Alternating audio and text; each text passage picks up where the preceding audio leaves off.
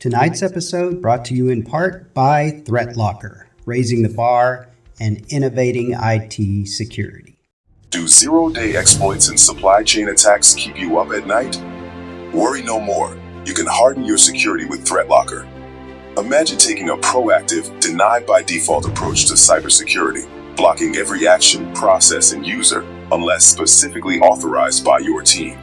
ThreatLocker helps you do this and provides a full audit of every action, allowed or blocked, for risk management and compliance. Onboarding and operation is fully supported by their US-based support team. Stop the exploitation of trusted applications within your organization to keep you running efficiently and secure, protected from ransomware. Worldwide, companies like JetBlue trust ThreatLocker to secure their data and keep their business operations flying high. To learn more about how ThreatLocker can mitigate unknown threats and ensure compliance for your organization, visit threatlocker.com. Thank you very much. My name's FC and this is a talk about how I rob banks for a living. So I am one of these, I'm not one of these, I'm not one of these, I'm not one of these. I'm an old school one of these until these guys did this.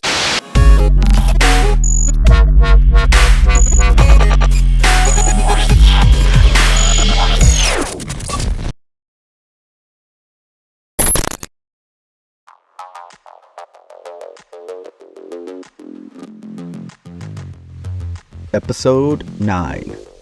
He Robs Banks with FC, aka Freaky Clown. Hello, everyone, and welcome to the Cyber Distortion podcast. We are now in season 3, episode. What is it, Jason? 9? 9, yes. I thought we were on 8. Okay, cool. 9, even better. Cool. And tonight, man, we got a really cool guest with us tonight. I'm so pumped about this. We met FC last year in Las Vegas at the Barcode at Barcode live event with Chris Glandon. We got to listen to his live podcast episode there. And then he was cool enough to sign some of his books that he had just published. And we got a signed book, which was awesome. So we've been talking about this episode a while. Jason and I have both read the book, and we're going to get into some of the amazing stories in the book. But before we get there, let me just give a quick a background from the bio, and then we'll get into your origin story and all that stuff too. So FC is a renowned ethical hacker and social engineer, as well as a global keynote speaker. We were just talking about this off camera. All the badges you see in the top right corner of his screen are not just conference badges. These are speaking badges, which is insanity. And I don't know how big the wall is, but I mean, if I had spoken that many times, there is no way I'd ever get stage fright anymore. I think you get used to it, but that's awesome, man. And so FC's been working in the field of cybersecurity for over 25 years. He is motivated by a drive to make individuals and organizations and countries more secure. When he's not legally breaking into companies, we'll get into some of that fun stuff tonight too, he takes audiences on an eye-opening journey into the hacker's mindset. Very cool. He's delivered over 50 keynotes. That's just the keynotes, guys. Come on. Are you kidding me? He's spoken at CPX 360, CERN, and Intersec. So he's known for demystifying security with his expertise, his humor, and his passion. And he's got a best-selling book out now. We talked about it, How I Rob Banks and Other Such Places. This book came out in June of last year, 2023. We're going to talk about the book. We're going to get into a lot of the crazy and fun, awesome stories that FC can tell. But before we do, Jason, I'll let you welcome FC to the show as well. FC, dude, I got to tell you, since we met you last year and we heard you in Vegas, and I got a copy of your book, I got to tell you the story. So then last fall, my wife and I decided we've been trying to take time out where we just spend time by ourselves away from everything. And so we got this secluded cabin way off in the hills out of middle of nowhere. And I took one book and it was How I Rob Banks. And that's a good choice. That book, and a bottle of wine had an amazing, and my wife, of course, had an amazing time. And dude, I'm telling you, there were so many times I read through another chapter and I'm like, oh my gosh, you got to hear this story. And I start telling her the story. And it was just so intriguing to me how every chapter was like another epic story. I was telling this story to some people this week, and I'm like, it's like a page out of a espionage, novel, right? Every chapter is like another espionage story about something that has occurred, and it is fascinating. So I've been talking about your book for a while now, and just because I think there's just so many really super interesting things in it, and to know that those types of things really do occur in the field that we work in, that is a thing, right? It actually works this way, that people are getting paid to do stuff like this and really make a difference. That is what's so exciting. So I'm hoping I'm not spoiling it. I know I'm not spoiling it for everyone yet, but there's some exciting things ahead in this episode, and you need to go get this book, because this book is some good stuff. So with that, FC, I want to give you an opportunity to introduce yourself and tell our audience a little bit about you. Yeah, first of all, Jason, that was a great story. I'm glad you had a great time up in the cabin in the woods with your wife and the book. Thank you very much, both of you, Kevin as well, like for getting me on this podcast. I love doing podcasts.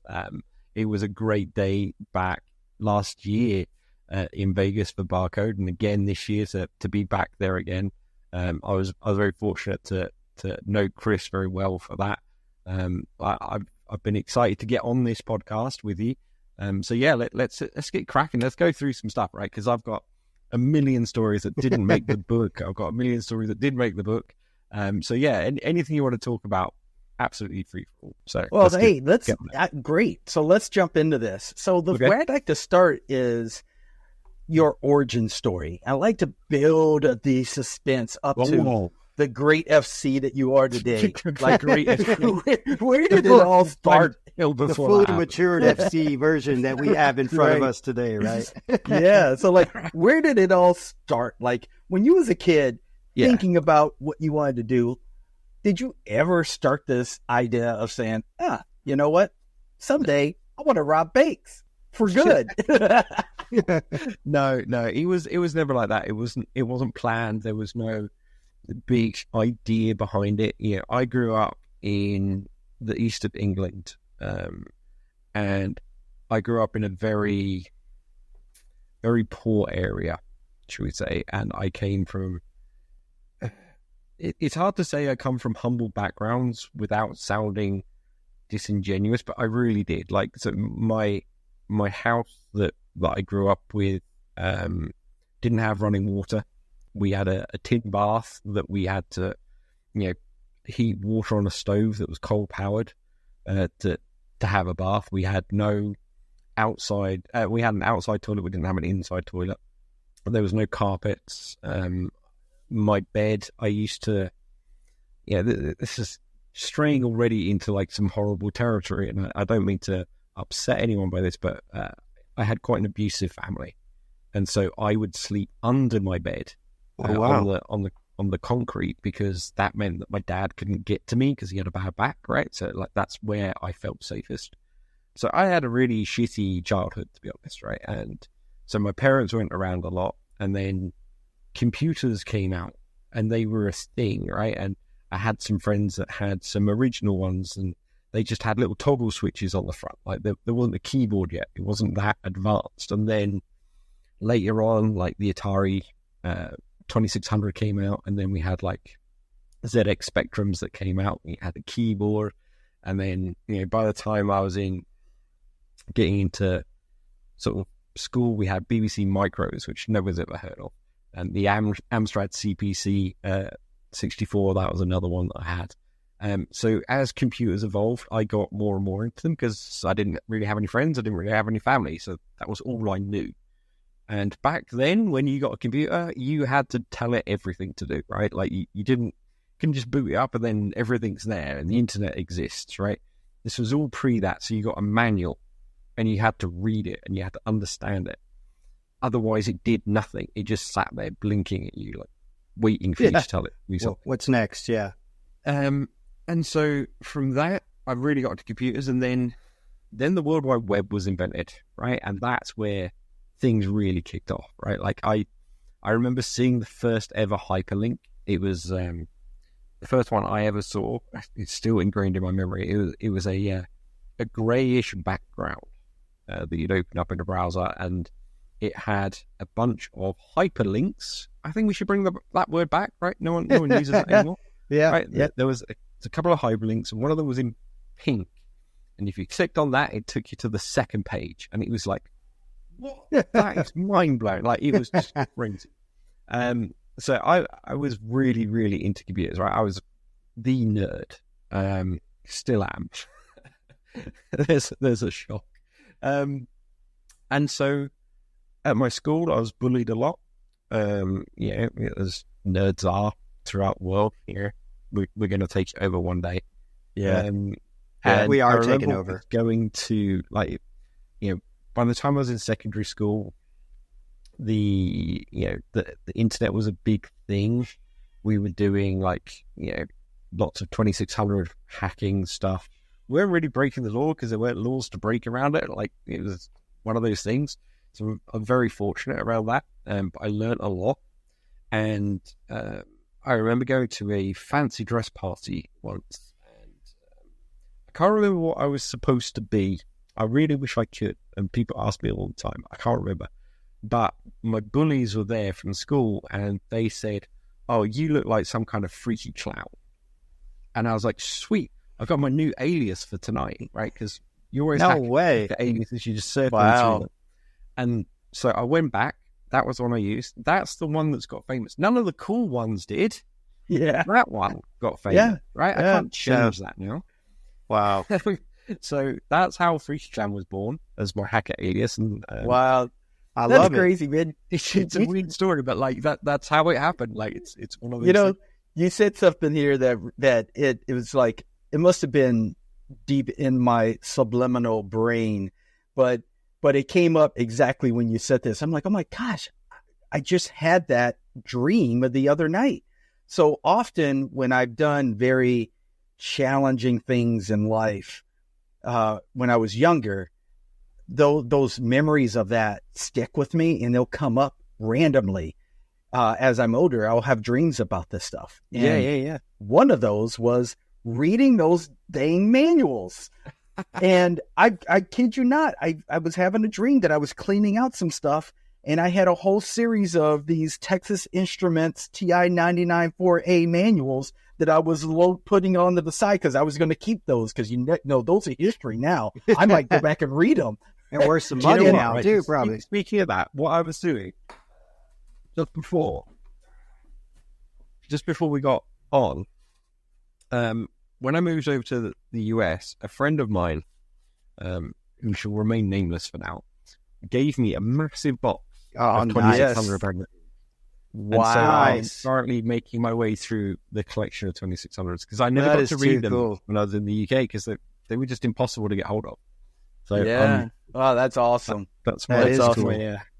Reading that I do whilst I'm waiting for things. And our cat has joined us, and she. Yeah.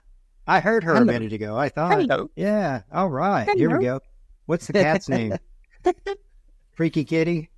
Yeah, that Freaky Kitty? Yeah.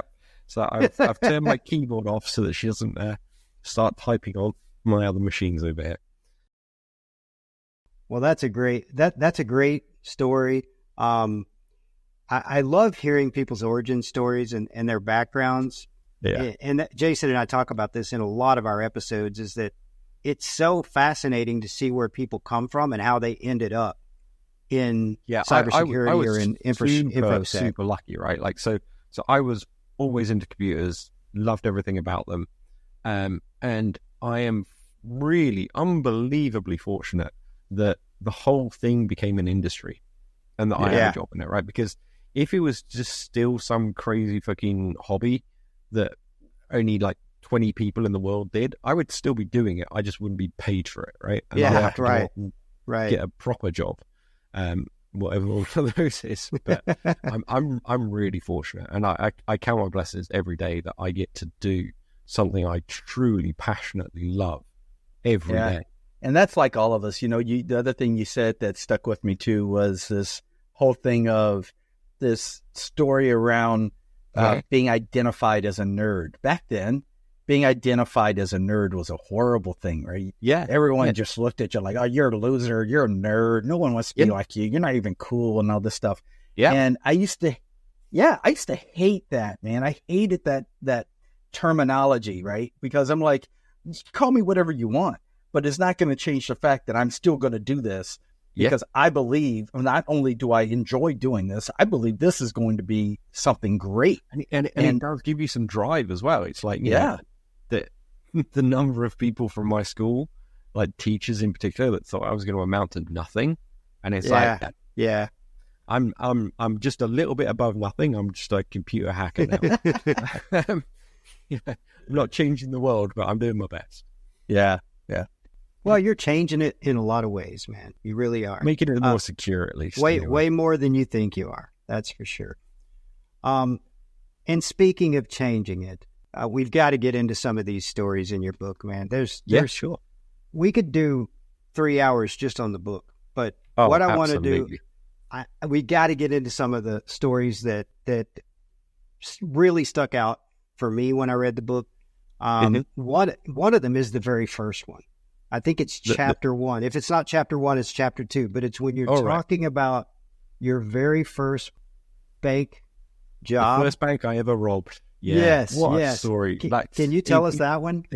If this is not the story to tell you how not to do something, the one, right? Like, people always think like, he's been doing this for, it's been nearly 30 years I've been doing this now. And they just assume that, they read about me, they hear about me, and they think, oh my God, he's always been fantastic at this. No, not everyone is not great at something until they do it enough times, right? Right. Yeah. You have to put yourself out there and do stuff and be willing to fail. And the very first time I ever robbed a bank is one of those stories which it still makes me cringe today. So a couple of bits from it, right? So the first bank I ever robbed was not like your average normal bank, right? That you go into, you cash a check and you get some cash out or whatever, right? You pay your bills. This is like an investment bank, right? So this is a huge place, but you just have people that work in the bank that go there. Like, it's not a publicly accessible thing. There's nothing. So that was my first bank that I ever robbed, and I was given the scope of it. And as with everything, looking at things, doing the recon stage is absolutely vital. The more recon you do on a building or on a website, for example, if you're doing that, the better your result is going to be, right? So the more, always front load it with more recon. So I went down into London, which is where the bank was, obviously. And it was, late at night, and I had to go and look at this bank. But there were still quite a few people around. So I came back later that evening. It was about like 2-3 in the morning. Right now, if you've never been to London, it's always raining. Always. It's one of the reasons I moved to Vegas. It's always raining in London. And so I go out. It's like 2-3 in the morning.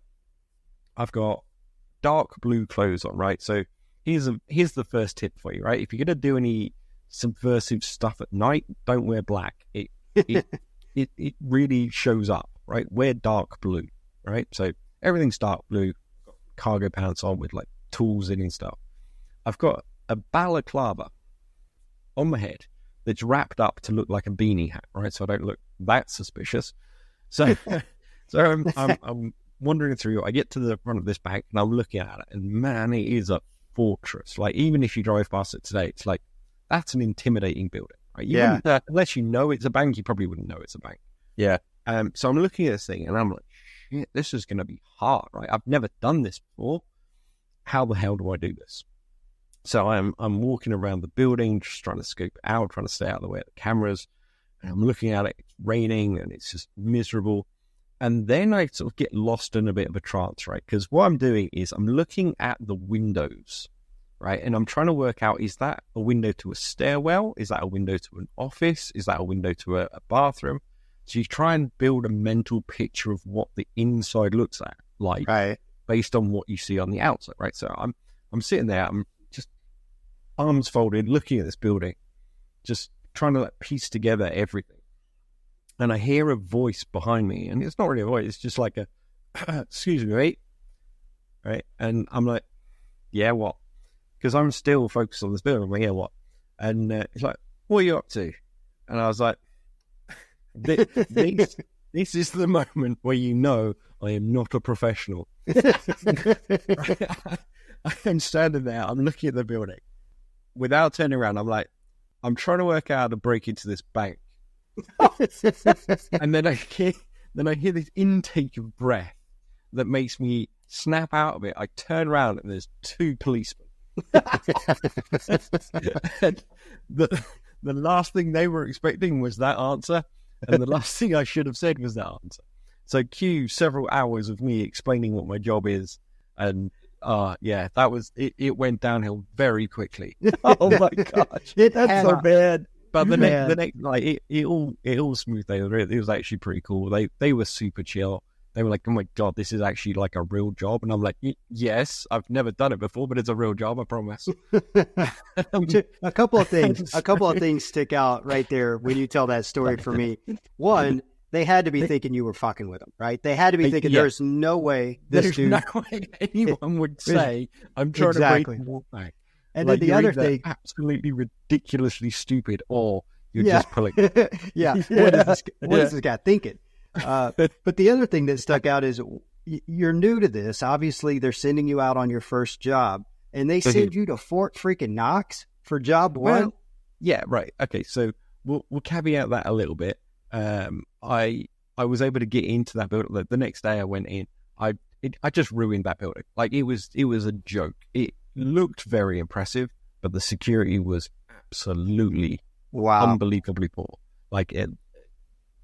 I don't think I've ever ruined a building quite. No, actually, there's been a couple. It was pretty bad. There's been a couple of.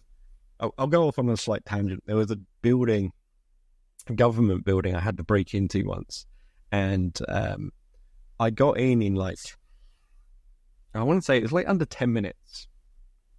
Got in, did what I needed to do. Like we always have a target of what we're trying to do, right? Like clients will always say to me like, "Oh, could you break into the building?" I'm like, "Yeah, what do you want me to do when I'm in?" And they're like, "No, like, can you just break in?" I'm like, No.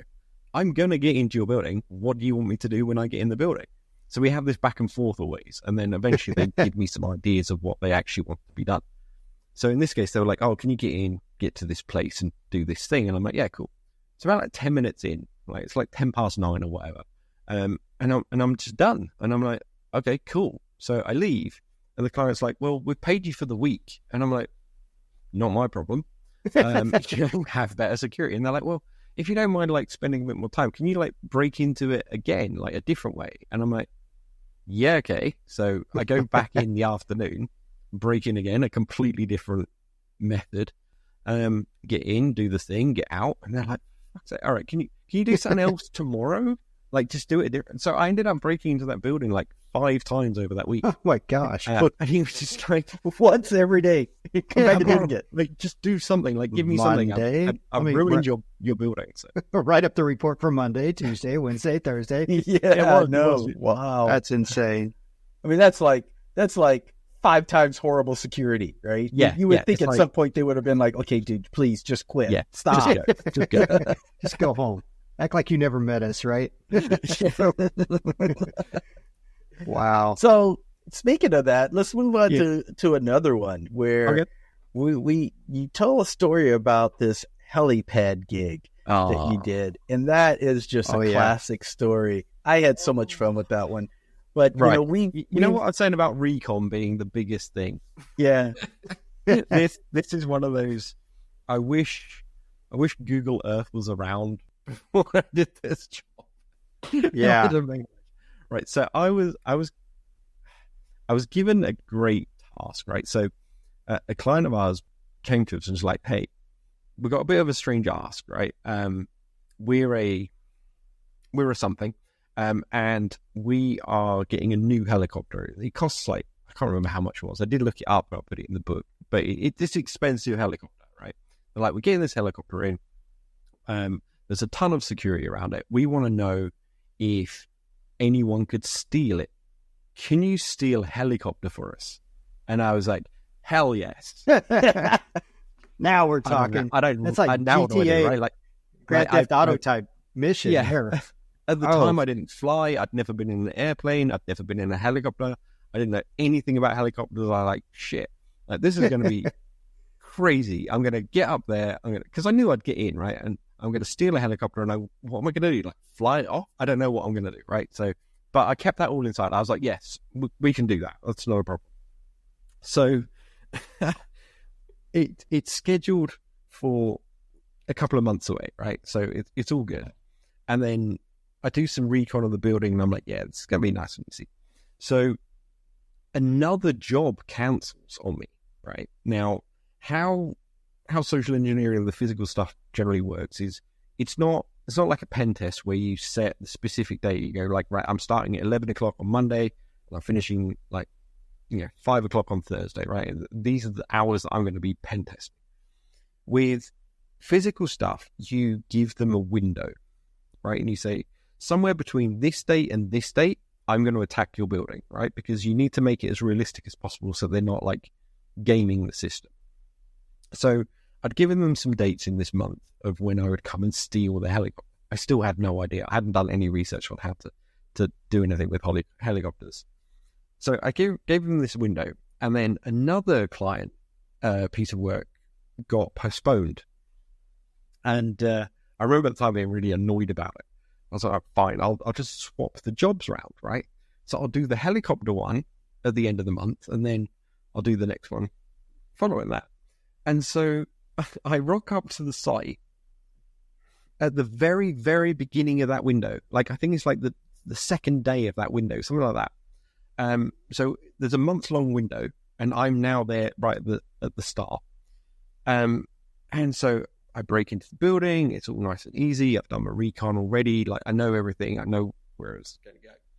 And I get through all the security, and I get into the locker rooms, right? So that's where like all the pilots change and stuff like that, right? Now, in my head, and I don't know how many of your audience will ever have seen it, there's a fantastic Clint Eastwood movie called Firefox, right? Before the browser came out, right? Yes, Firefox, okay. And so the idea behind that is he's an American spy, and he breaks into a Russian military base. Yeah. And he has to steal their new stealth jet thing. And so he goes into a locker room, and he puts on like the crash helmet, and he puts the visor down so no one can see who he is, and he walks out to the plane, and he steals it. So in my head, this was how this was going to go, right? I'm going to be like super cool. I'm going to be like Clint Eastwood. I'm going to like walk into the locker room, put on the flight gear, helmet, walk out to the helicopter, steal it. I still have no idea how to fly a helicopter. So I walk in, and I'm like hunting through. I can't find any flight suits. And I'm like, all right, guess I'll steal it in a baseball cap and a t-shirt, right? So I'm now going up the stairs, and I'm sort of jogging up the stairs, and I realized that in all of my prep that I was going to do that month, one of the things was, how do you open a helicopter door? Right? No way. He's probably got a key. Like, I genuinely don't know how to open a helicopter door, right? So I'm like, shit. I'm like, 3 floors away from stealing this helicopter. I don't even know how to get into it, let alone fly it, to be honest, right? So I phone my friend, and this is the moment that's very similar to the Matrix, right? Where Trinity's like, Tank, I need to know how to fly a Bell, whatever. Yeah. I phone up my mate Sam, and I'm like, Sam, I'm like really close to nicking this helicopter. How do I enter it? How do I get in? Do I need keys? Like, is there something back in the locker room that I need? So I'm going up the stairs. He's furiously Googling how to break one of these Google. Thank you, Google. helicopters. And I sort of kick the door open. I'm running towards the helipad. And as I get onto the helipad, I just hang up on Sam. I'm like, it's no point, mate. I just hang up because there's no fucking helicopter there. I've done all this work and there's no helicopter. So I phoned the client. I'm like, dude, I'm standing on your helipad. There's no helicopter. And he's like, what? The helicopter doesn't get delivered until next week. There's been a delay at the factory and it was never delivered on time. Oh, man. The first week of that window was just kind of gone anyway. And he was like, it doesn't matter. Like, even if you've got onto the helipad, you could have got there. You could have got the helicopter. It's like that could have been kind of cool. I would have probably killed myself trying, but it would have been cool. It would have been cool, yeah. It would have been cool. It would have been cool to break into it, open the door, sit in it, and start taking a bunch of selfies sitting. Yeah, that's what I would have done. I would have just taken a bunch of selfies and then jumped out and rappelled down the building. I have done that since I won't say where I was, but there was a helicopter and my wife and I were there and she was like, you should steal the helicopter. I'm like, yeah, I'm going to steal the helicopter. So why not? And I took photos of it and stuff. And then it's like, okay. Well, that's pretty good. Well, it's a good thing that you can't, or that you didn't meet up with the helicopter on the helipad, because you may not be here telling us this awesome story if you had, because the last thing you need is to get the helicopter. How awesome would it have been? Like, oh, do you remember Freaky Clown? He died when he stole a helicopter and crashed. That's a freaking cool hacking legend, right? Yeah. Now I'm just a guy who didn't steal a helicopter because it wasn't there. Oh, yeah. Can you pick a story where I seem professional and competent, please? These are all good. I got one for you then. Okay, so this next one, I don't know who wrote this crazy story, but this had to do with a bank again. Oh, they generally do. You are now being tasked with not only breaking into a bank, as if that's not hard enough, but they're now asking you need to get to the vault and you need to steal a gold bar. Yeah. So the idea behind this is slightly different from that, right? So it was another investment bank, right? And they have a gold bullion depository on site, right? That's kind of what they do. It's just there for collateral or whatever. And they thought it would be interesting to see if I could get to the vault floor, right? Because no one should be able to get to the vault floor. Yeah. There wasn't really any discussion about stealing a gold bar, right? It was just, can you get onto the floor? Yeah. And this is the story that I think I get the most shit for, right?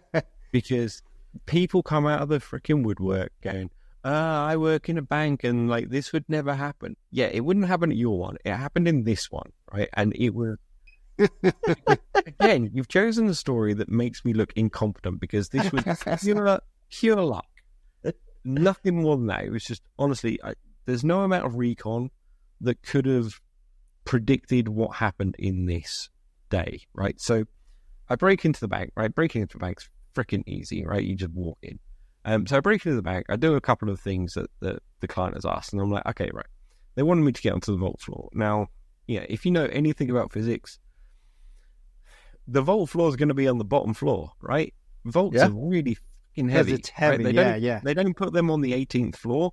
Yeah. They don't put them on the 3rd floor. They put them in the basement. In fact, most of the really big vaults, they're built and then they build the building around it, right? So, oh my God, like how hard is it to find where the vault floor is? It's probably in the basement. Oh, really? See, yes, I'm a professional at this. So I'm like, all right, I'll make my way down, right? So I find my way down and I get onto the vault floor and it's pretty empty, to be honest. There's a couple of like spare desks and stuff. No one works there. It's just where the vault is. And in the middle of this floor is this huge square, like metal square. And it's like, oh, well, that's probably the vault, right? And so I wander around the square and there's the entrance. And the entrance is opposite a loading bay door, right? So I'm walking around. I'm like, there's no one here. This is weird, right? And I walk around the corner to the vault door. and the vault door is open. Right? Wow. Like, it's like, what the fuck? There must be people, like, I'm thinking, like, I freeze, and I'm like, listening, and I'm like, there must be people in there, right? That you don't just leave the vault door open. Although a mate of mine once accidentally walked into the Bank of England, but that's another story for him to say. Yeah. But they don't just leave them open, right? So I cautiously walk around and I look in, and I don't know if many of your audience members will have ever seen a real gold bar, right? But they are gloriously pretty. Like, they're real. Like, you can, once you see a real gold bar, you can understand why so many people in history have been enamored by it. It is unbelievable. But in this room was stacks of gold bars, and these stacks were on these really lovely, like, blue palettes, and like everything was like the safety bars and stuff. They were all painted blue, and it just looked amazing because it's like the gold and the blue. It still worked. Anyway, so I've digressed a little bit. It looked really pretty, and there was no one in there. And I was like, they're setting me up here. Like, they knew I was coming somehow. They've left the door ajar. There's gold bars here. Yeah, this is going to be funny.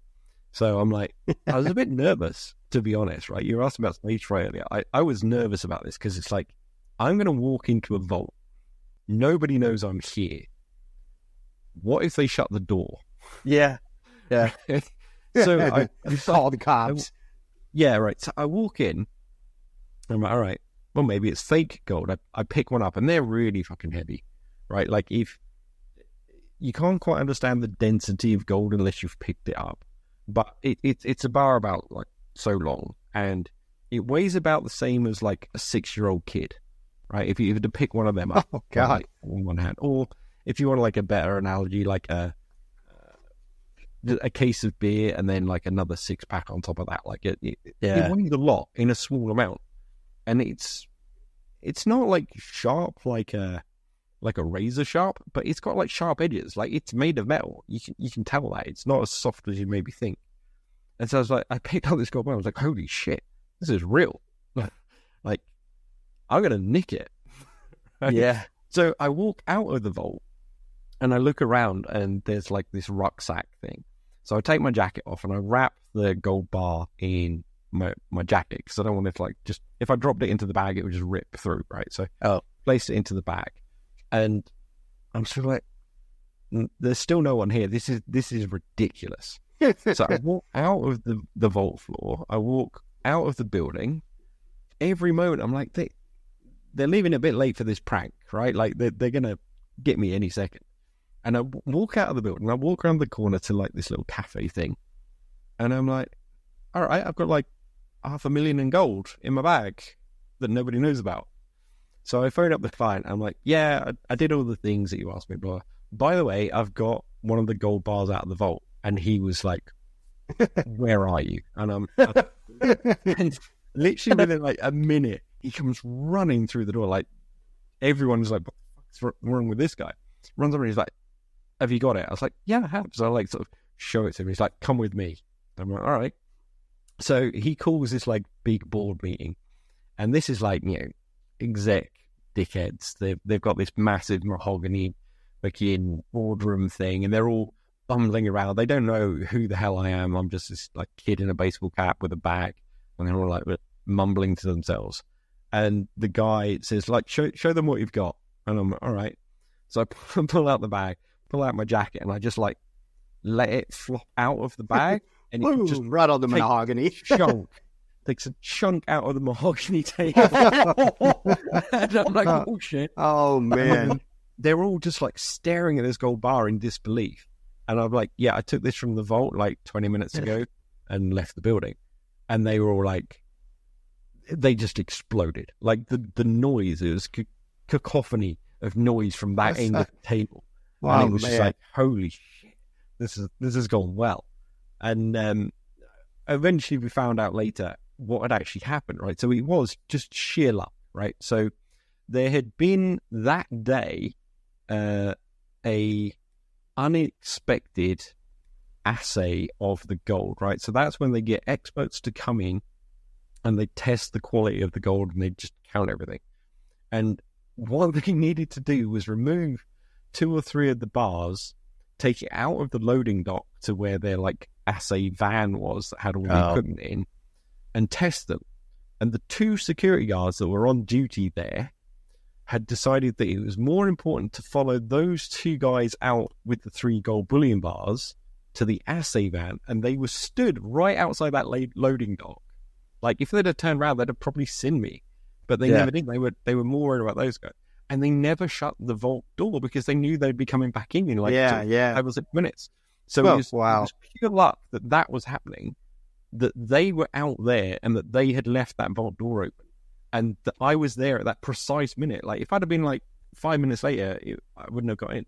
So yeah, thanks again for picking another great story. No, I am seen as hey man, that story was epic though. I would rather be that story lucky was than epic. good. I would rather be lucky than good. Here's what's so epic about it is you might have went any other time and broke in and got to the vault and it would have been locked. And you would have been like, okay, look, I got to your vault floor. Job done. Yeah. But this made it even more epic that you took something out of the vault, left the whole entire building, and then called your client and be like, hey, I got your gold. I mean, I don't care if it was lucky or not. That makes the story way more badass. Exactly, right? Like, so like I say, there'll be someone, probably one of your listeners, will comment on it and be like, he's full of shit. That never happens. We would never leave the door open. They fucking did. Yeah. Like, I wish I could share the photos, but I can't. It happened. Like, shit just happens sometimes. Here's the thing, but what you're speaking to You're is something we've talked about quite a bit within the world of cybersecurity. Is the biggest threat is humans, right? We make the most mistakes in securing our infrastructure, our goods. We make the most mistakes. There's always a human somewhere that creates a vulnerable path to something that we are trying to protect. And this is one of those cases. A human made a mistake. I'm going to channel my wife here on this because she's a world expert on this. I mean, she won a fucking medal from the king for this shit. So I will channel her and say, yes, there is always a human involved somewhere, right? Whether it's a human that's designing the hardware, the human that's designing the physical stuff, the human that's coding the stuff. There is a human that touches that piece somewhere. However, the obverse of that is humans can be the absolute strongest link in everything, right? So it doesn't matter if like, you've got all of the best digital security and the best physical security.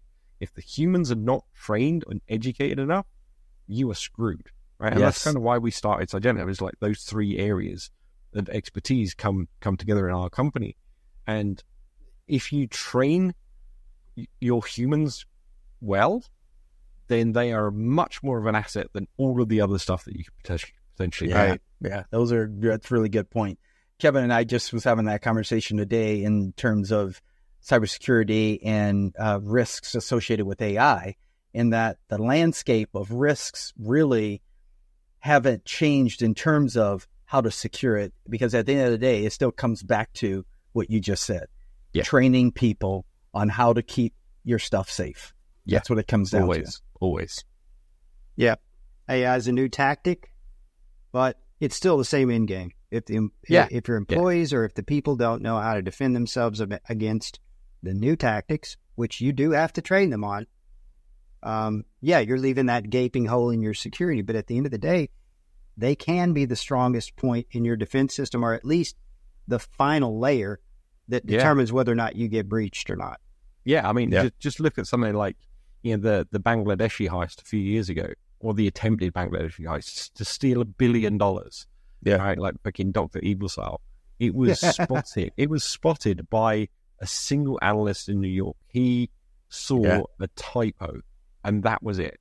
Like all of the layers of security in between for the Swift network, they meant shit all. It was one guy who was just like, that doesn't look right how you spelt that, so I'm going to investigate. And that stopped most of it. So, humans are by far the best thing. Well, that was a really good first segment, guys. I mean, for sure. as typical, we packed a lot into this first segment, and it was hot. So let's take a break, and let's come back and dig a little deeper into our second segment. Cool. Awesome. In today's digital landscape, the human factor is often the weakest link in cybersecurity. Phishing, social engineering, and insider threats exploit human error, making awareness critical. By educating employees and individuals about potential risks and safe online behavior, we can prevent data breaches, protect sensitive information, and stop cyber attacks before they start. Remember, technology can only go so far. Humans must be the first line of defense. Stay alert, stay secure, and trust the experts like FC and Jessica over at Cygenta. Cygenta Security helps some of the largest and most complicated organizations build resilience and sustainability in their risk management, not just their technical response. Visit them at www.cygenta.co.uk. Welcome back, everyone, and we are having a fascinating conversation with our guest tonight, FC. And FC has been telling us these amazing stories about how he has infiltrated major facilities like banks and such, and have proven that he knows how to get in and get to the goods when he needs to. In fact, what is so interesting to me when we have had these conversations before, when I've heard you talk, you have said that you have a 100% success rate. Yeah, and it sounds ridiculous, right? Yeah. I'm like, how is that possible, man? Doing all these risky things and having 100% success rate.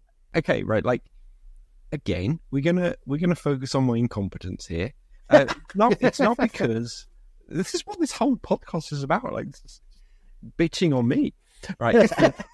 I am not the world's best at this, right? I'm not in CIA level at doing this, right? I'm not amazing at this. I'm good at it, but the places I get asked to break into have terrible security.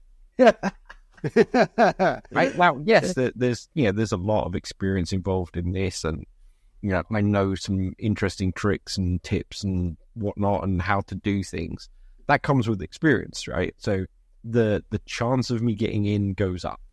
But when you're testing buildings that just have terrible security, you're always going to get in, right? And that's the one major thing I try and explain to all of my clients is, like, with physical sort of testing like this, I'm always going to get in because it's a numbers game, it's a waiting game, it's a time thing, right? If you've got a building that people have to access in order to do their job, there is a mechanism to do that. And there is always a way to bypass that mechanism, right? And it's dependent on how far you're willing to push it. Now, a really, really interesting thing on this is we have to really be careful on how we approach this, right? So our jobs, whether or not we're doing digital hacking and breaking in that way or physically getting in, is to simulate an attacker, right? To simulate the criminal enterprises of the world. There are limits to that, and you have to understand those limits. You have to understand the morals and ethics around those things. And I do talk about that a little bit in the book and on some of the courses I do online. It's, if a criminal wants to break in somewhere, they're going to use violence and they're going to use weaponry, right? I can't use that as a simulation, right? There are certain lines that I can't do. I can't simulate being a policeman. I can't simulate being a fireman, for example. But you could if you are a criminal. So it's finding that narrow path through what is sensible to be doing in the charge of the client. But there's two things you're calling out here. One, so you're saying, well, this is, I'm not good at this, but yet I have 100% success rate, which tells me that you are accepting jobs that you can succeed at. To a degree. I've never turned down a job. Right. So to that point, this is where I say, bullshit. You have to be good at what you're doing. And this next I'm story... competent at my job. This next story, though, I think sets it off because it's not just about breaking in. It's about thinking so sharply on your feet that you come up with some very unique and ingenious ways to finish getting the job done.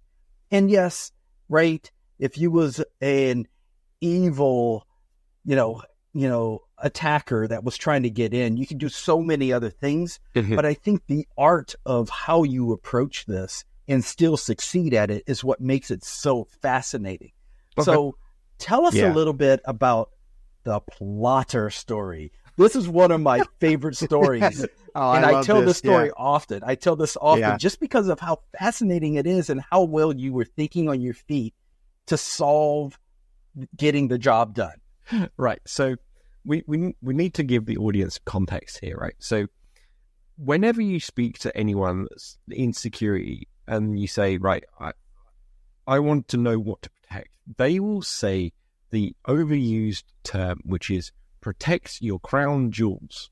Yeah. What the fuck does that mean? Unless you're the Queen of England, you don't have crown jewels, right? You have stuff that is business critical to your company, right? So how do we say what is business critical, right? How do we figure out what those crown jewels are? So the best way to do that is to do a little thought exercise, right? So anyone listening to this can do this, right? Imagine you're working your company and they really annoy you, right? And you're like, right, today's the day I'm going to be evil. I'm going to take down this company. What is the one thing, right? One computer system, one application, one document, whatever it is, one piece of hardware, whatever you can think of, what is the one thing that your business absolutely requires to continue working, right? Because if you can destroy that, then the business goes under. That is what you should be protecting above all else, right? So maybe it is your mailing list, right? So therefore you need to protect your email servers and your mailing list. Maybe it's, some folder of information. Maybe you're a law firm and you have to have this folder. That's the thing you have to protect. It can be hardware, it can be a physical thing, or it can be a digital thing, right? That's the best way to work out what it is that you're supposed to protect. So when a client came to us and said, oh, can you tell us like what we need to secure our like all of our stuff? We went through this thought exercise and they were very, very surprised that the thing that was absolutely key to their business was not their mailing list. It wasn't their email server. It wasn't their website or anything like that. It was a plotter, right? Just like one of those big printers that plots out things. They were surprised. That's right? What's funny about this thing is they're shocked by finding that out. Yeah, they were like, hang on, we never thought about this, but if that piece of equipment goes missing or gets broken or whatever, we can't do our work. And if we can't do our work, we don't get paid. Right? Yeah. That's how the company goes under if they can't replace it. All right, as a one-off piece of machinery. So we ummed and ahed about this and we're like, okay, well, what if someone wants to break in and steal it? And they were like, okay, cool. That sounds like a great test, right? Because if that goes, business goes under. So I break into the building. It's late at night. Get past all the alarm systems. I get in there and there's this massive plotter and it's massive. Like, it's not like a normal printer. It's long and it's on wheels. And I'm like, holy shit, like, this is going to be really, really easy, right? So I unplug the plotter and I'm wheeling it away. And that's when I realized that it doesn't fit in the elevator. There's no way I can carry it down the stairs because it's on the second floor. But it's like a 4-man lift. I am not that strong.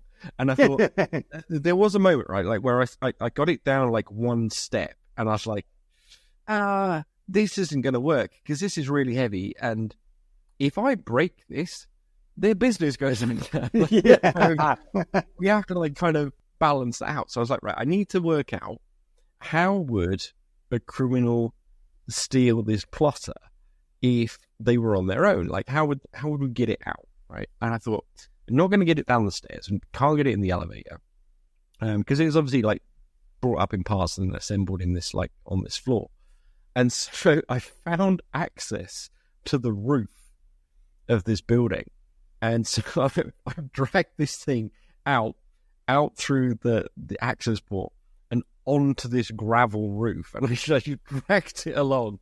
And I was like, it's out of the building. Because if I wanted to steal it now, all I have to do is get it to the ground, right? Which would be much easier than trying to get it through the stairwells and stuff. And so I called the client. I was like, yeah, I've got your plotter out of the building. And so they came to the building and they were like, where are you? And I'm like, I'm on the roof. And they were like, what the fuck? Well, this is going to be the easiest thing for a criminal to do, is to get it out here. So we shored up some of their security in that building, but it was quite an interesting one because it was a little bit different. It's not your average. Yeah, this is where that helicopter would have come in. Exactly. Handy, right? In Holland. Yeah, exactly. That's what I was thinking. Into the plotter and taking out 2 businesses. That's awesome. Exactly. Yeah, stole the helicopter and stole the plotter. All in one. Yeah. Exactly. So FC, I want to talk about a couple of let's stray away from the stories for a few minutes, and let's go to a couple of the tactics and a couple of the techniques that you talk about. Sure. As part of being a social engineering pen tester. Mm-hmm. And a couple that came to mind that you speak of is the pen trick. That's one of them. Yep. And then the other is the fact that, and I've never heard this before from anybody else until you, is the dual letter of authority. Yeah. Okay. All right. So what's that all about? We'll do the pen trick first, right? Because this is really hard to explain. You, as an audience member, you have to go, like, if you're listening to this, go and try this out, right? And you'll see how it works better than I could probably describe it, right? So what you need is a pen that is thicker than the bottom of the door, right? So there's a gap at the bottom of the door. You need a pen that is thicker than that. So go and find one, right? Then what you want to do is walk up to the door if it's shut, right? Because this is what we're trying to do, is we're trying to get through a shut door, right? And so the premise of this is, and how I came up with this was, I had to get through a locked door. There was no way to bypass it. It was exfil exit point only, right? So I had to wait for someone to leave that door. Now, the trouble is that came into a very large open space, right? Which meant I couldn't just be hanging around near the door and grab the door handle, right? Because they would spot me and then it would be game over. So I had to come up with a way to get through the door after they had gone through it and let the door shut. So the pen trick is how I came up with this, right? So what you do is you go up to what's known as the door jamb, which is where the door meets the door frame when it is shutting, right? Yeah. And then you place that pen against that door jamb, right? So it's just resting there between, like, in the gap between the door and the door jamb, right? What will happen is when someone opens that door, the pen will fall down, right? Sometimes, and this has happened, the pen will go flying off, right? Because they'll be like, forcefully. Just try again, right? You'll get it eventually. It also helps if you have like a pretty good hefty pen. And it also relies a little bit on the angle. You'll have to experiment to get it right? But persevere. So you put the pen up against the door, someone comes through, they open the door. Now there is a chance, and this also has happened, is they will spot the pen that's now laying on the floor and think, free pen, and pick it up and run away. So don't use your Mont pen. Yeah, don't use your good ones. Yeah, you use like crappy pens. But most of the case, they won't even notice it. And what happens is that pen will drop into the door jamb, right? So when the door goes to shut, like, it will be an automatic shutter.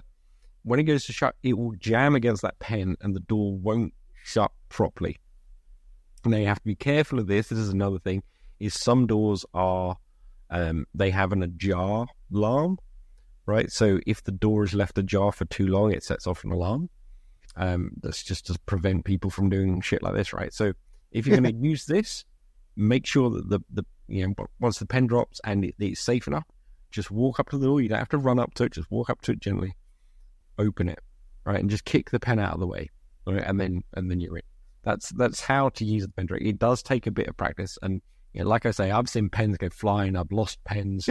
You just keep a stash of pens with you if you're going to try and do this trick, because it's a bit finicky, but it works really well. And then It's a nice little trick.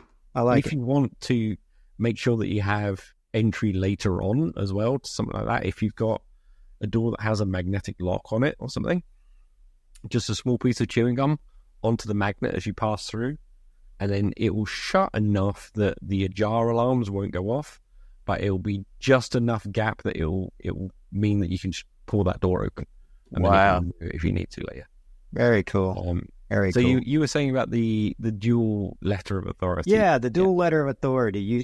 You mentioned that you carry one that's real and one that's not real. Well, it's kind of actually it's kind of a triple letter, right? So for all of these types of jobs, you have to go through this whole process, right? And I go through this on my Udemy course of all of like the boring shit that you have to do before you get into the exciting stuff. And one of them is to make sure that on your person is a letter of authority that states who you are, who you work for, what you are there to do, the dates that you're supposed to do it, and then it has some signatures underneath of people in authority and then their contact telephone numbers, right? Now, the important thing is the letter will state in it not to use the telephone numbers below. It will say to them, use your internal telephone system to contact the people below, right? Those numbers are just there for out of hours, 24/7 contact. It's a great thing if you're doing this to say, because you get some people, right, they're like, oh yeah, I'll be on call. And then you really need them and they're not there.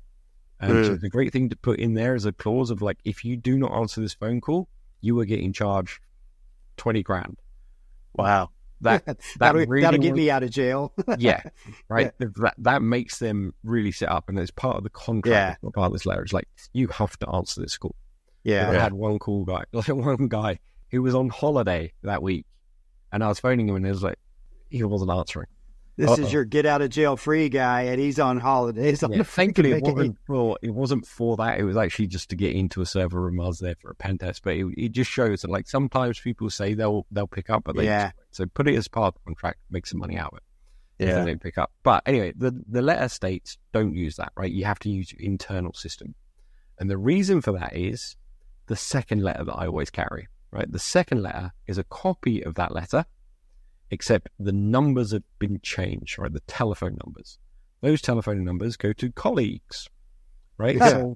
So colleagues and friends, right? Yeah, right. So if you did get caught, you present this letter to whoever has been captured you, right? And they read it and they go, okay, right, well, I don't really believe you. I'm going to phone these people.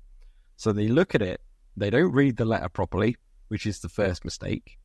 They generally pick up a phone and they dial the number that's on the paper. And that goes through to a friend of mine who says, nope, it's all legit. Let him go. Right? Now, that's what would happen in the real thing. Yeah. But what they've done there is they've failed to go through their procedures and what they should be doing. Right? So they should have escalated it properly. They shouldn't have just taken the letter that a criminal has potentially given them. Yes. Just accepted all of the letter, like the numbers on there. So if they did capture you, they've failed at policies and procedures stage. So there's like another little bit there. And then the third letter I carry is just a backup in a waterproof pocket, right? Because I have lost so many letters to like mud and water. There was one there was one time in actually oh my god, there's so many that I've misplaced. There is a letter of authority, and I can guarantee you it's still there to this day, that is on top of a lift in a lift shaft in a bank. Because that's why I ended up like taking my jacket off, and that's where it is. That's where my it's in no way. Jacket. Somebody will find that one day when they rebuild the elevator.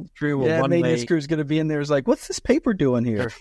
Well, no, it's in my jacket pocket that's on top of the lift. Oh, the jacket's there too. Yeah. This is that effing legend we were telling you guys about, the one that almost died in the helicopter. Yeah, this is him, man. He left this letter here. There was another letter of authority that this was just one of those brilliant moments where like I'm glad that there was a witness to it, because it was just the weirdest thing. I was chatting with a friend of mine, like it was after a job, and I pulled out my letter, and the wind just caught it just right, and it sort of came out of my hand, and it sort of did this like weird loop, and then it just went under this small crack in a wall, right? So like there was this like marble wall, a marble floor, and it didn't quite meet, and it just went underneath it. It was like, where did that go? Wait, like what's behind that? I have no idea. Like it's just behind this wall somewhere. Wow, that's wild. And I've lost many to like mud and rain and the in ditches. So always have a backup copy on your person that is watertight and sealed, and it's just purely there as a backup. Yeah. And also the other thing, if you are going to use the fake letter one as well, is make sure you understand which pockets you've put them in. Oh, right, because you need to know that so that you pick it out. You pick out the correct one, not the other one. Now, like I say, I've got 100% success rate on this, right? And I've never had to produce that fake one. But a colleague of mine who I taught this trick to years ago, he did actually use it, right? So he was breaking into I can't even remember what building was, but it was something to do with cars, because I remember it being like there was one of those big roller door things, and he was trying to get into that, and he got accosted by security, and he produced the fake letter, and the security guard phoned me up out of the blue. Like, he hadn't told me. He just like put my number down. Oh, wow. He's like, hey, I've got this guy, and gives my mate's name, and he's trying to get in here. He says he's a security researcher. I'm like, yeah, he is. Like, it's totally fine. In fact, actually, if you can give him your card to like let him get further access in, because now you know he's there, like it doesn't really matter. And so we got him in even further than he should have, because they failed that procedure. Yeah. Wow. Oh man. So it works quite well. Yeah. So Yeah. Epic Worked fail. out even better. Yeah. Getting caught. That's So wild. I wanted David use this time to talk a little bit about, Kevin and I picked out some of the stories that we like the most. Yeah. I want to give you a chance to talking about, a story that you want to elaborate on, one that you feel has a lot of excitement to it. Okay, yeah.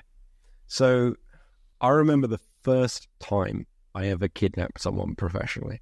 That was a job. That was something that doesn't come up very often, right? And it's not a job I ever thought I would be able to do. It's not something like I get to do all sorts of crazy random things, right? But kidnapping people is one of those things that is generally not on the agenda. Yeah, like, anyone, right? and what happened with my first ever one was kind of special. It was kind of cool, right? So I was asked to break into a data center, right?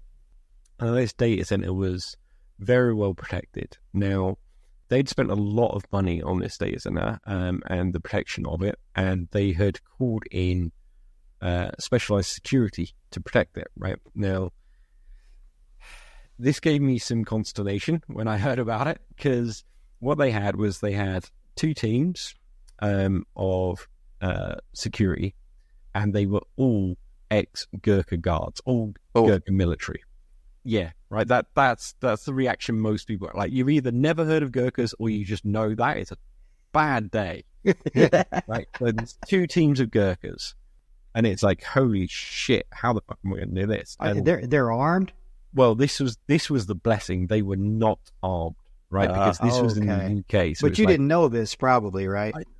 I understood they probably wouldn't be armed because they're in the UK, right? So we're not allowed like those sorts of weapons, even private security. So I was like, okay, cool. I've only got to go up against like 15 really highly trained military fucking murder machines to break into this building. So, okay, this is going to be interesting.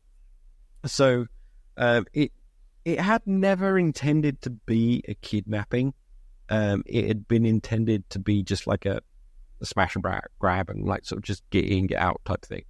But the more I looked at the building, I was like, do you know what? The only way this is going to work is if I manage to kidnap one of these Gurkha guards, get his credentials, like his cards and his security keys and shit, and then get in. But the timing has to be exceptional, right? So I cleared it with the client, and he was like, fuck yeah, like they're Gurkhas, they're going to need it. And I'm like, okay, cool. So I do loads of recon, right? And at one point during the recon, I'm like, oh shit, I think they've spotted my number plate. So I go and get my like hire car changed. Now, trying to tell a hire car company why you're trying to change your vehicle, because you think some Gurkha guards have clocked your telephone like the registration plate because you're going to kidnap them. I decided to just say I didn't really like the car. There were some weird noises and stuff. So I got another a car. whole new car. Some weird voices. I think it's haunted. And so I'm in this little shitty car. Like it's a very underpowered. It's a typical hire car, right? It's like just shit, right? And I know some things are going to go wrong in this scenario. Like no matter how well it goes, there are going to be some issues. So I pop the fuses for the airbags and shit like that, right? So Yeah. that's not going to go, and that's not going to be a problem. I understand where this is going to go, right? So I'm outside the building, and I've worked out the timings of all of the teams, done like a week's worth of recon. And there is one team that is on duty, and then they fall back to do the handover with the second team, right? So the second team come in, they all retreat back into the main building, to the security building. They leave one guy outside as like just overwatch, right? The rest of them are doing the handovers, like what's happened, anything suspicious. Is there a car outside that we keep freaking seeing? Like, sort of stupid stuff, right? So they're doing the handover. There's one guy outside. There's a small amount of time as a window for when they do that, right? It's quite a big one, right? Now, the other issue I have is they have a dual-gated, like, man-trap driveway, right? So as someone drives in, they have to drive up to the first gate. They have to wait to be sort of buzzed through, right? Because there's no one in the security cabin. They're all at the main gate, right? Or in the main building doing the handover. So they have to wait to get buzzed through. They go into the next bit. That gate shuts. The next gate opens. Then they come in. When you're coming out, though, it's slightly different. You just you just drive up to that gate, and the inner one opens. You drive through into that middle one. The outer gate opens. Now, there is a small window where those two gates are not quite shut together, right? There is a gap. So all I have to do is wait for the day when they do the handover at the precise time that someone is leaving at the same time, right? So Yeah. I just have to wait outside until that happens. And the day comes, I see they do the handover. Some employee comes out the building, gets in the car, they drive to the gates. As they're pulling out, I'm flooring the car, right? And I get it up to like, not very much. It's not very fast at all. Right? It's way slower than I want it to be. Pegged 32. And so I scream through the gates. I ping the wing mirror off, and I really, like, it was close, man. Like, I was close to just crashing and burning.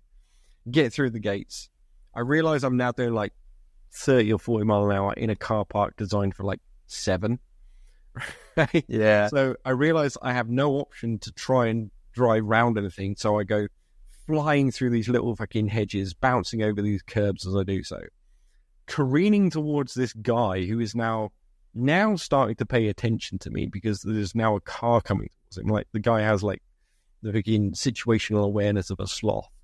There's now a car like barreling towards him. I scream to a halt in front of him, jump out the door, grab him, much to his surprise, chuck him in the back seat, so he's like head down in the footwell, get back in the car, which is like still running and ticking a lot, and it's not very happy about stuff. I fucking spin round and go out the gate, and I'm out of the gates again before he's managed to sort of maneuver himself upright. And so we stopped like quarter of a mile down the road, and he's like, "What the hell is going on?" And I'm like, "Right, I just need to let you know everything's under control. Like, you're just being kidnapped. Here's my ladder. Here's my, like, everything that you need to know." And he was just over the moon. Like, he'd never been kidnapped. And he was like, "Oh, this is amazing. Like, this is so cool. Like, can't believe you do this for a job." And like, he was totally on board. And I was like, "Right, now I have to pretend that I've killed you, and I'm taking all of your stuff." And he's like, yeah, cool. Right. So you like, here you go.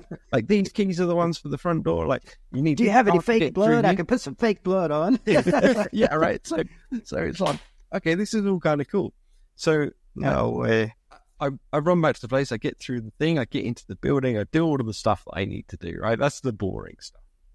And then it's all cool, right? Everything's gone way smoother than I imagine. The only thing that I have to deal with is the damage to the car that I take back to the hire car company. I'm like, this one seems to be making a noise too. Like it's got half the oil pan missing, the front bumper is fucked. The bonnet is dented, missing the wing mirror, the wheel. He's just like, it's not looking good. Like, if you remember, like, the movie Days of Thunder, right at the beginning, where they're doing the chase on the beach, it's like that. It's like, I have this thing back, and I'm like, I was thinking Christine. Sure, I was thinking Christine, the car that's haunted and possessed. He just destroys his car, man, and he takes it back. And so I don't know, man. It just took. I Just was started. super happy, right? And then skips to about a year later, maybe a bit later than that, and I'm called in to do just a normal pen test, right? So people know me for doing my physical stuff, but I'm actually 90% of the time I'm doing hacking stuff, right? Like hacking into websites and networks and all of the cool digital stuff that no one really cares about because it doesn't make a cool story of like, oh, I ran Nmap for 4 hours and then I found an extra Metasploit, right? It's not as exciting. So anyway, a year later, I get called back to the same site, right? And I've got to go into this data center and I've got to plug in some stuff and run some scans. So I'm like, oh, this is cool. Like, you know, they've fixed everything. It's all looking nice and neat and new. And I go in and I'm going through the security procedures as I should, like this time, because that's what I'm contracted to do. And I get into this the front security piece, like it's kind of like an ante-room, and you can see the security room. And then I see the guy I kidnapped. Oh, right? gosh. And he locks eyes with me, right? And he's just like wide-eyed. And I'm like, oh, this isn't going to go well. So I'm slowly putting my rucksack down with my laptop in, like ready to throw down if he comes at me. Like, I'm totally going to lose, but I'm going to go down fighting. He comes sprinting at me right now. People say, like, when someone runs at you, it's terrifying. When a Gurkha sprints at you with his eyes wide, like he's going to fucking kill you, that's terrifying. No matter who you are.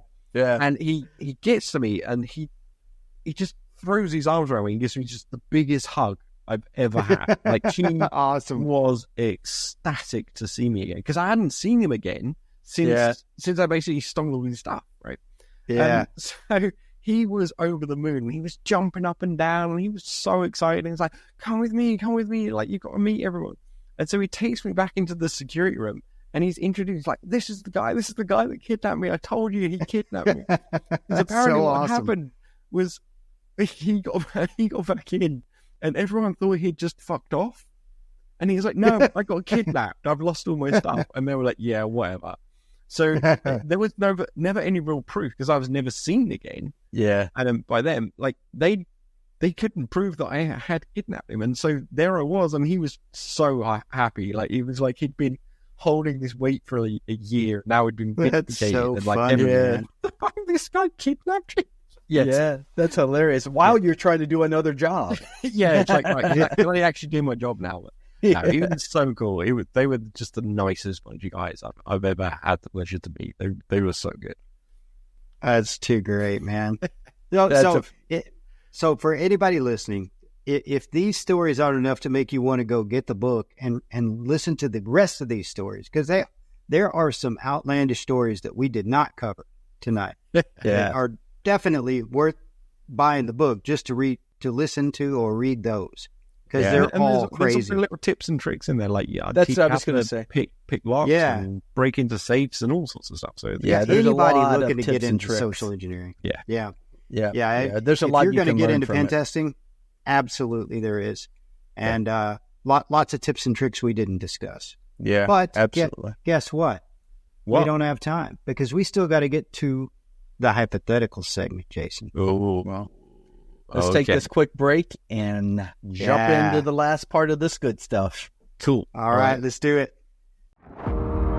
In How I Rob Banks and other such places, renowned ethical hacker FC delivers a gripping and often hilarious discussion of his work, testing the limits of physical bank security by trying to steal money, data, and anything else he can get his hands on. In the book, you'll explore the secretive world of physical assessments and follow FC as he breaks into banks and secure government locations to identify security flaws and loopholes. How I Rob Banks belongs in the hands of anyone who loves a great Ocean's 11 style story pulled straight from the real world.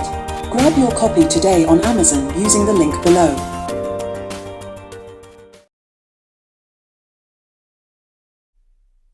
And we're back. And so we are into our final segment of this episode, having a great conversation with FC. This has been so much fun. But we're going to finish this episode with a couple of specific conversations around your move to Vegas and your company that you've founded. You and your wife have founded. So let's start with your move to Vegas. When we talk about what was behind that, like impetus to move to Vegas. Right. So we come from England, right? I come from the very east of England. She comes from the north of England. If you have never been to England, and well done for not going, if you have never been there, you will not understand how much it rains. Like, it is, like, when it's not raining, it's damp, right, from the rain. Like, so even during summer, which is like 1 week, it's just that, like, we go back there every now and again. We went back recently for my wife's MBE, that she was awarded by the King for. Even if you go to like somewhere like Buckingham Palace or Windsor Castle, right, you can just tell there is centuries of dampness baked in everywhere. Like, Wow. There's just always a certain amount of mud, like in the streets. It's not great.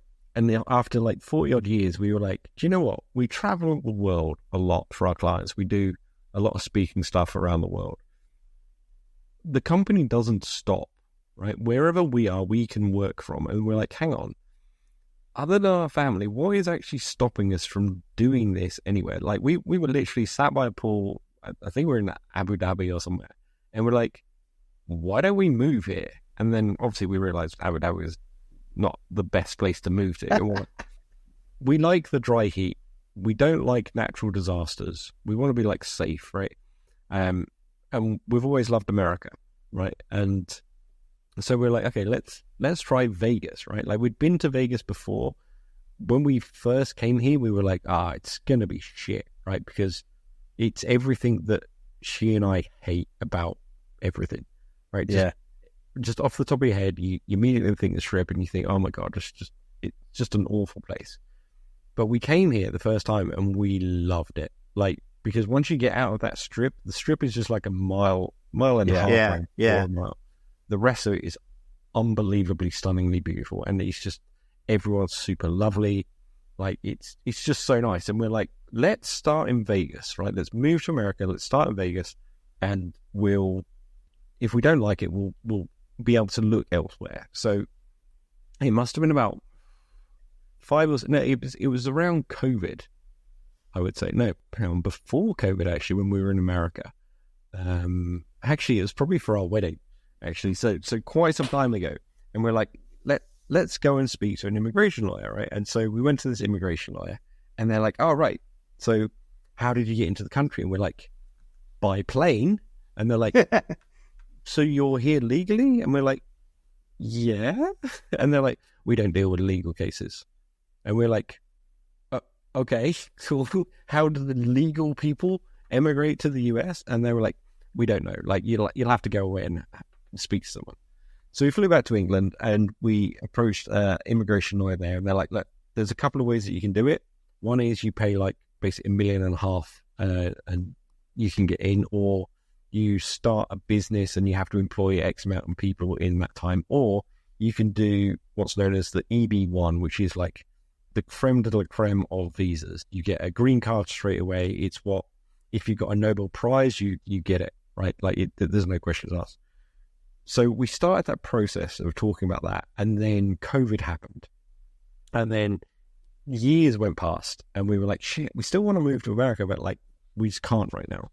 So as soon as like everything opened up again, we put in the paperwork, which is like 1.5 inches thick.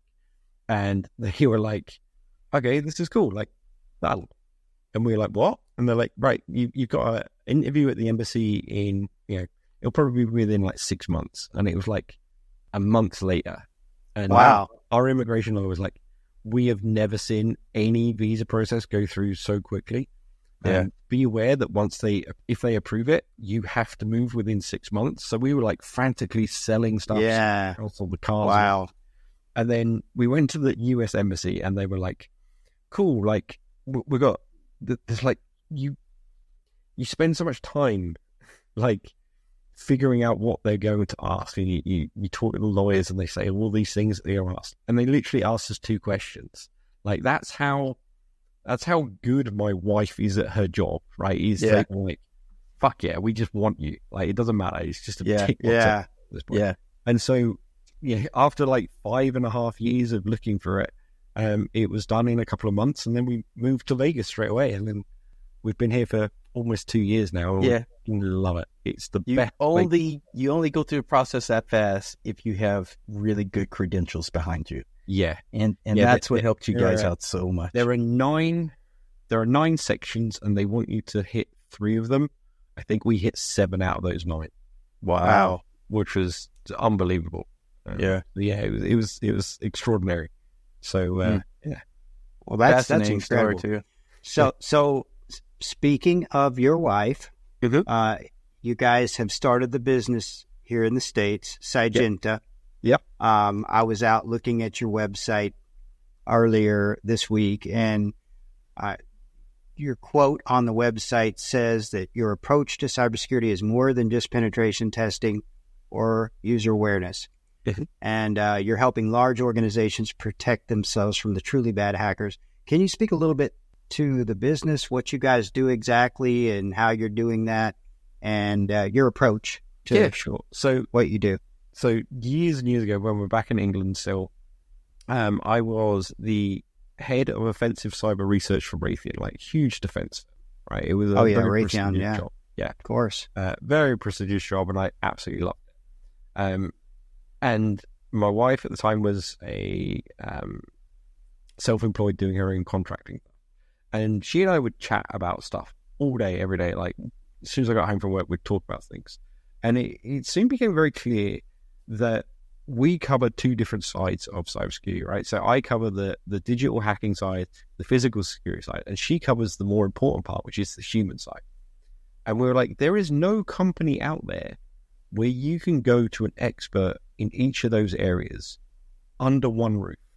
Right, you could go to the PwCs and the Crolls of this world, right, where they can pull in resources. But for the normal average company that can't spend $400,000 a month on those, there's no way to do that. You would have to go to a pen test company. You'd have to go to a physical security company. You'd have to go to a human specialist, of which there weren't really anyone talking about that, like what she was talking about like 10 years ago. So she's truly a pioneer in that field, really is. And so we're like, well, I'll quit my job and we'll start a company together that focuses on the human, the digital, and the physical side. And we'll bring that all under one roof. And it's just taken off from there. And then when we moved to the US, we were like, hang on, we should start a US arm of that. So we have the UK Syngenta and we have the US Syngenta as well. So we do still have employees back in England that cover work for us over there and in Europe. And we're covering the rest here in the States. Oh, wow. Very cool. Very cool. That's awesome. Yeah. It's got to be kind of cool, too, to be able to just work day after day with your wife and be in the same career. It's not even like work. It's so weird. It's like people, when we tell people like we're married, which some people are still surprised by, it's like we're literally sitting on the same Zoom call in the same room. Like, yeah. But she and I get on so well together. Like, we really don't argue about anything because we're both coming at it from our own expert perspective, and we listen to the other person on what they've got to say on their field. So it's not like 2 people that are just fighting all the time. It's like it's 2 people that want to do the best they can for the client, and so it's never a chore. It really isn't. It's like we could work 20 hours a day and still be fine. Like, we work all day together. Like, she's got a separate office to me, but that's because I've got a lot of crap in my office and I'll just make a lot of noise. And so, even after that, we'll get in the car together, we'll drive to LA or whatever, and we'll be talking about work. So it's a constant thing for us, and it works really, really well. Yeah. That's cool. That's a very cool dynamic to work in every day. It is, yeah. Man. Yeah, I'm very, very, very privileged to do that. We have come to the point in this episode, gentlemen, to where we get to have a little bit of fun. We have one of Kevin's signature games. This is not a game. This is fun with hypotheticals. FC edition. Okay. Yeah. So right. the way this hypothetically, I'm a professional. Hypothetically, we're going to see how well you answer these hypothetical crazy ass questions that we come up with, because there are some crazy ones in here. But that's what makes it so much fun. That's what makes it so much fun. So the way we'll do it. I'd caveat this with I've had 4 hours sleep. So, okay. Cool. Perfect. Noted. You're prime. I think these answers are going to get even better, Jason. All right, let's go. All right, so I'll go first, and then Jason will go, and we'll just do. I've got 8 picked out. I think you've got 8, right? Okay. Yep. So we'll do. And just answer whatever comes. Whatever comes to mind as fast as you can. First thing off the top of your head. Okay. Yeah. Feel free to elaborate on your answer as much or as little as you'd like. Okay. All right. So my first one is, if you could swap lives with any fictional character for 1 week, who would it be? Amelia Earhart, because she crash landed on a desert island with no people on it, and that would just be blissful. Oh. I love that. No people. That's a good answer. Okay, I love it. Actually, I wouldn't want to die on that island. I'd want to be rescued. But sure. You want to be like Tom Hanks, and you want to be able to get off, but you might have to make your own back someday. Friends out of volleyballs and stuff. Just a holiday every day. That's what I'm saying. All right. If you could have any celebrity narrate your life, who would it be and why? Well, the obvious one there is Morgan Freeman, right? But I'm sure everyone says that. Right? Yeah. So no, I want Joe Pasquale. Pasquale. Okay. Wow. Or Joe Pesci, either one of those. But Joe Pasquale Pesci would be good too. Yeah, man. Actually, Pesci would be probably pretty good for your life. I thought about it just a bit too late, but no. Yeah, I'd go with Joe Pesci, but no, Joe Pasquale. Okay, no, that's a good one. I like that. Or Elmo. Okay. Elmo would be a great one. Elmo, oh my God. Oh, wow. I think I'd go with Pesci. yeah, much better choice. Pesci and Elmo doing like a double action, that'd be a bit. Alternate scenes. All right. So if you're stuck in a Groundhog Day scenario, what would be your ideal day to live over and over again? It would be my wedding day. Okay. Because that choice. That was it was just an immensely great day. Yes. And that would be my day. That would be my pick. All right, that was a good one. If you could time travel to an embarrassing moment in your life to make it worse, which one would you choose? Oh, geez. There are so many. To make it worse would be interesting. I would probably say the start of this podcast. And then we hit record before we hit record, so that the audience would hear all of the shit that we spoke about. Oh my God! While we was off camera, yeah. That's a good one. Then you'd have to write another book if you did that. All right, here's one for you. If you could teleport anywhere in the world, but you had to bring one ridiculous item with you, what would it be? Oh, I think it would be. I would teleport to the middle of Area 51 with one of those inflatable aliens. Oh, that's a good one. That's really good. Yeah. As all the cops and military people are showing up in their Jeeps and they're seeing you with your inflatable alien or whatever. Yeah, and he teleported there too. So the one I'm thinking of is the suit that you wear that looks like you're being kidnapped. Have you seen it? Yes. Yeah. In one of those, just like running around the airfield, like, Oh my God. It's like the guys that jump on the football fields naked and run across the field and try to escape the security guards, right? it would just be brilliant. Like just watching them, like, what?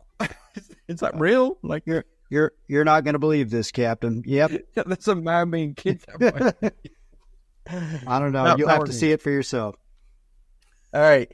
If you could have any animal's body part, like an elephant's trunk or a kangaroo pouch, what would you choose? Ooh, I would have. It's attached to you now, like it's a part of you. Tree, right? I would go with like a hawk's eyes. Yeah. Oh, yeah. You can do recon from miles away. Yeah, or maybe like an owl's neck. You know, I haven't appreciated this a couple of years ago now. I really come to appreciate the eyes of owls and how well they can see. And I was hunting one late afternoon, and I had an owl spot at me way off in the distance, and I was all in camouflage, so I wasn't looking normal, but this thing like jumped off the pole and did a beeline for my eyeballs. And it was like, it came in really close. And it was in that moment that I was like, oh my gosh, this thing had been spying me the whole time from that pole, watching me in my every move, just so it could take an opportunity to come after me.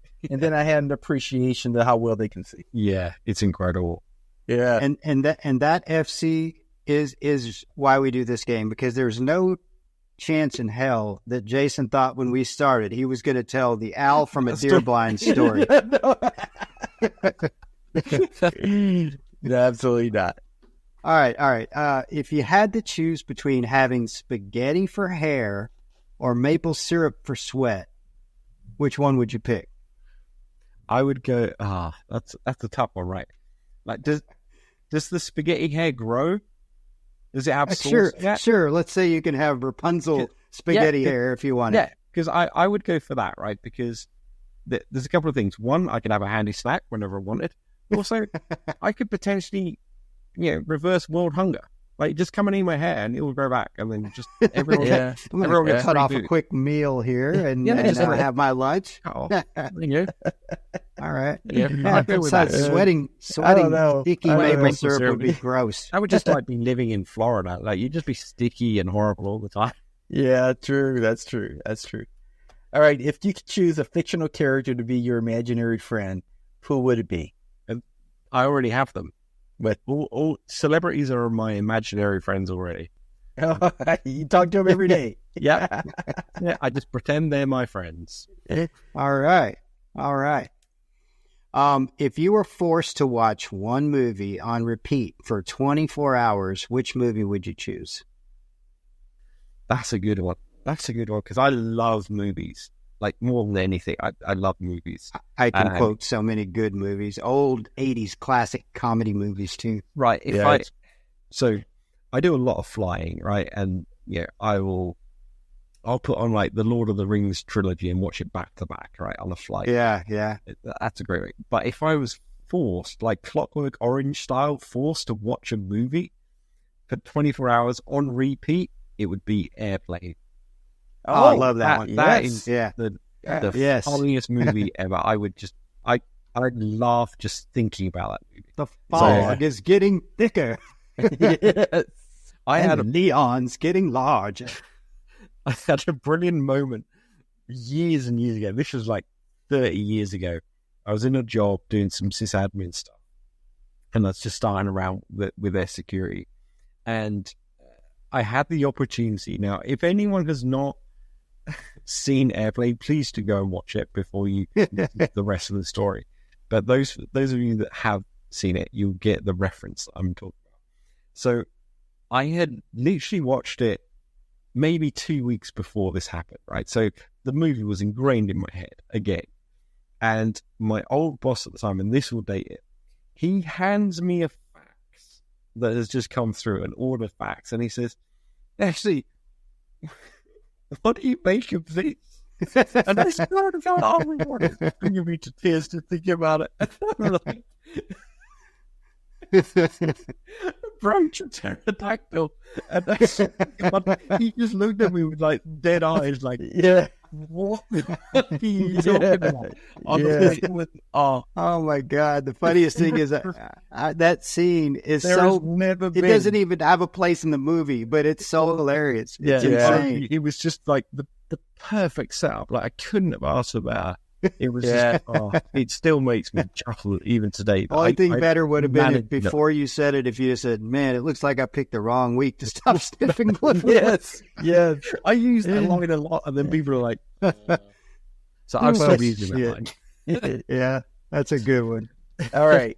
If you could have a job doing anything in the world, but it had to be something ridiculous, what would it be? I would say getting paid to rob banks. Yeah, I was going to say, that's a pretty good one. Like, I was going to say, wait a minute. Didn't we just talk about this for like an hour and a half? Yeah. Wait a minute. You get paid to do this?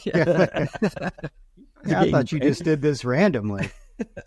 I think the opposite of that then we'd have to sort around what would be the most boring job, like what's the most normal job I would have to do, and I think it would probably be like, I don't know, a baker or something. I'm terrible at cooking, so I don't think that'd be so many things. Yeah, and the ones that we're not good at are the ones we don't want to do the most. Yeah, absolutely. All right. If you could only communicate using one word for an entire day, what word would you pick? Motherfucker. All day. No, it's fine. No, it's it's okay. I'll accept it. Because that covers you for everything. Yeah. Like, it's so versatile. You'd be like, this is motherfucker's good. Or she's like, motherfucker. Motherfucker. It's like, well, there's so many variations of that. So many variations, right? Like, it works for every situation. So can you FC, can you join this conference call? Motherfucker. My God. All right. Hey, FC, massive check just came in. Motherfucker. See, it works, right? Like, fucking awesome. Finally, where that would not work, right? Yeah.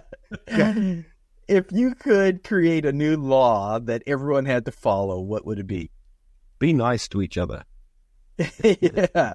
Amen to that. Absolutely, I like that, man. Yeah.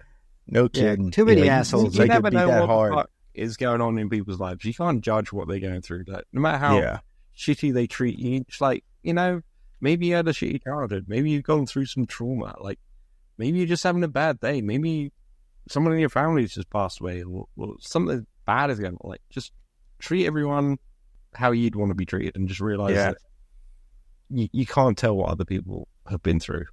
Yeah. So Very true, man. All right. If you're given the opportunity to have an absurdly large statue of yourself, what pose would you strike? There's a great photo that a friend of mine took of me at a conference, and it is I'll have to try and find it, but he took this great photo, and it's me just about to say, "You stupid motherfucker." See, there we go again. Still versatile. Still versatile. This moment just before I just lay into them. If you find that picture, send it to us. We will put it when we edit this episode. We will put it in this episode. We'll try and find it out. Yeah, that's a good one. It's the same guy. It's the same guy that took the photo that's on the book. So if you look at the book, he took the photo, and he took another. Like, it's actually at that same conference. Okay. big profile. Okay. picture. Well, maybe he's still got it. If you can't find it, Yeah, that'd be he awesome. must have. He must have. I'll try and get in touch. All right, we got one more. So, Okay. if you could have an extra hour added to your day, but you can only use it for something silly, what would it be? Something silly.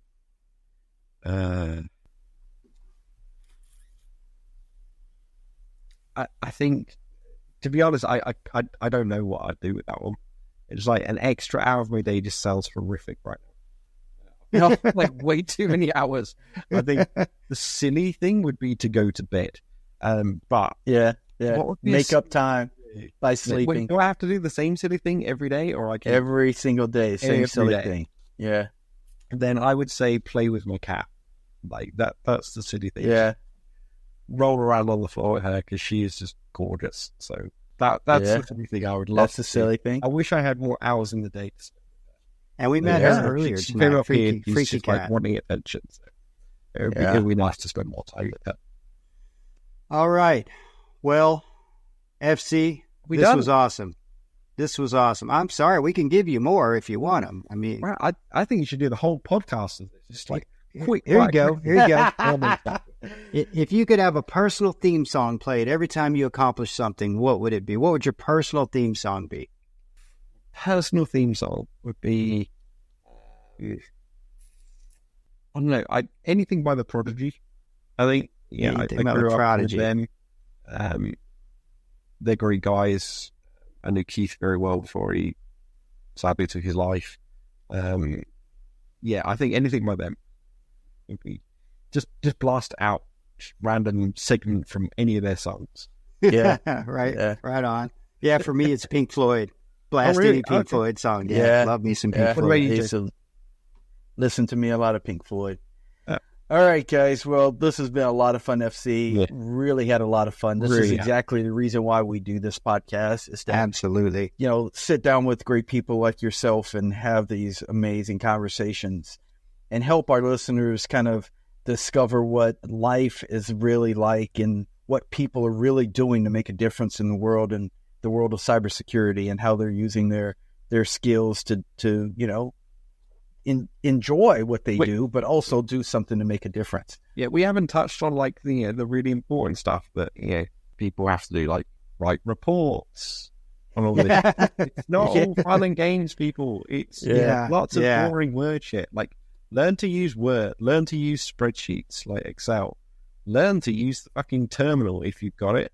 The command line, it'll make your life a lot easier. Yeah, But absolutely. In between all of the boring shit, do some cool Yeah. stuff. Right? And Yeah, and do use some yourself. really cool. Break into some banks, baby. And I just like to Only with say, permission. I'd like to say that I Hey, have been taught how to break in the banks by Freaky Clown. Oh, Where did you get that? Did you get that in Vegas this year? Uh, Oh, man. no. Did you not? Yeah. When did you get that? I got it with the book. Oh, you got it with the book. Oh, okay. Yes. Cool. Yes. Oh, you got it the night we saw the I live did. podcast. Okay. I did. So You found so you got your own little bookmark built I into did. it then. Yeah, exactly. Yeah. Yeah, So I haven't got One, many. one of more quick thing, them. FC. If people want, aside from the book, we know everybody. We're going to put links in the description where to go buy the book. But if people want to find you online, what's the best way for them to find you on all your social media? It's like the A-Team, right? If you need me, you'll find me, right? But shoot the light in the sky. The bat. The bat. yeah, signal. the bat signal. No, honestly, find me on Twitter. Twitter's the easiest thing to find me on. Even though recently I've been helping out a client by being their interim CISO for all of North America, which has taken up a lot of my time. So I'm not really on social media too much right now. But Twitter's the easiest to find me on. If you want to find me on LinkedIn, good luck, because I can never remember what my LinkedIn is. I often forget that I have it. I honest. looked for you and couldn't find you too. Yeah, this is the thing. I found you Where easily you on don't Twitter. find me. The easiest way to find me is to find my wife, Dr. Jessica Barker, MBE, and then you can look in there and be like, oh, that's the dude that was on the call. So follow her anyway, because she's way cooler than I am. She posts great content on LinkedIn. I barely remember that I have it, so Yeah. I don't post as much, but they're the two easiest ways to find me, or go to my website or the Syngenta website, either of those. Awesome. Well, with that, well, thank you one last time for being on tonight. Thank you for going along with us, man. This was awesome. No, I really enjoyed it. It's hard. The hardest thing's quitting, right? Yeah, it is. It's like, oh, now I've got to like just go and hang out with some friends and do some hacking stuff. That seems less exciting. Actually, it's not true. Like my friend Scott, he's here in Vegas. He's cooked me pizza and he's cooked me a lovely like pumpkin bread. So I'm going to go over there and just devour the shit out of that. And then we're going to do some hacking stuff, some bug bounty program stuff, and then probably call it a night about 2 a.m. Oh, nice. Sounds like a good night. Devour the shit out of some pumpkin bread and some pizza, man, and have a great rest of your evening, man. We love this. Thank you very much, awesome. both. It's been all right, guys. With that, we're going to sign off, and we will see you guys next time. Cheers, everybody. I'm Ashley. I'm an artificially generated avatar with the ability to manipulate your mind via the power of my intelligence botnets. Let me prove it to you. You're about to click on that subscribe button, and then you'll click on the notification bell so you don't miss when Kevin and Jason drop future episodes of the Cyber Distortion podcast. So, go ahead. That's right. Slide your mouse over slowly and gracefully. There you go. Now click. See, that wasn't so bad now, was it? I'd like to thank you for listening to today's amazing podcast episode on YouTube or your favorite audio streaming platform, and don't forget to tell your friends. Oh, and remain diligent, my cyber friends. The world is a very scary place.